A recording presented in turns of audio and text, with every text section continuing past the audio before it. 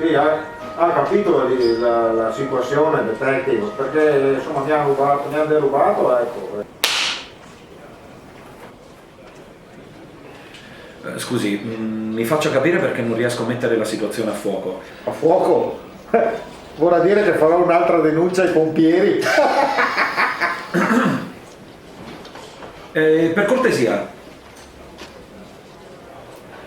Dunque, ricapitoliamo. Lei era in barca e le hanno rubato la bici.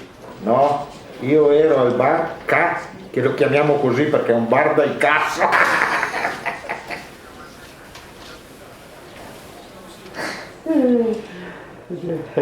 Appena sono uscito, Si ricorda che ora erano?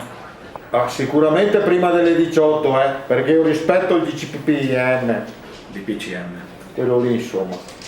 Allora, sono entrato che erano le 14, ho bevuto 1, 2, 3, 4, 5, 6, 12 birre, sono state le 17:30.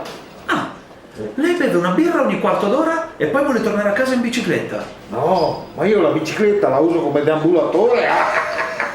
Ci teniamo su.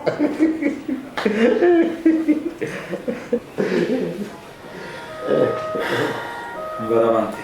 Ecco, appena sono uscito ho visto scappare con la mia bicicletta questo tizio. Con la Z. No? Con la mia bicicletta? Con la Z. Con la Z. Scusi, perché è venuto qua alla scientifica?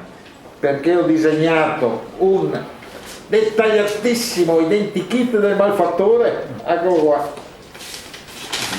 Magari riusciamo a fare qualcosa. Modestamente sono sempre stato un mago del disegno, sin dalle elementari.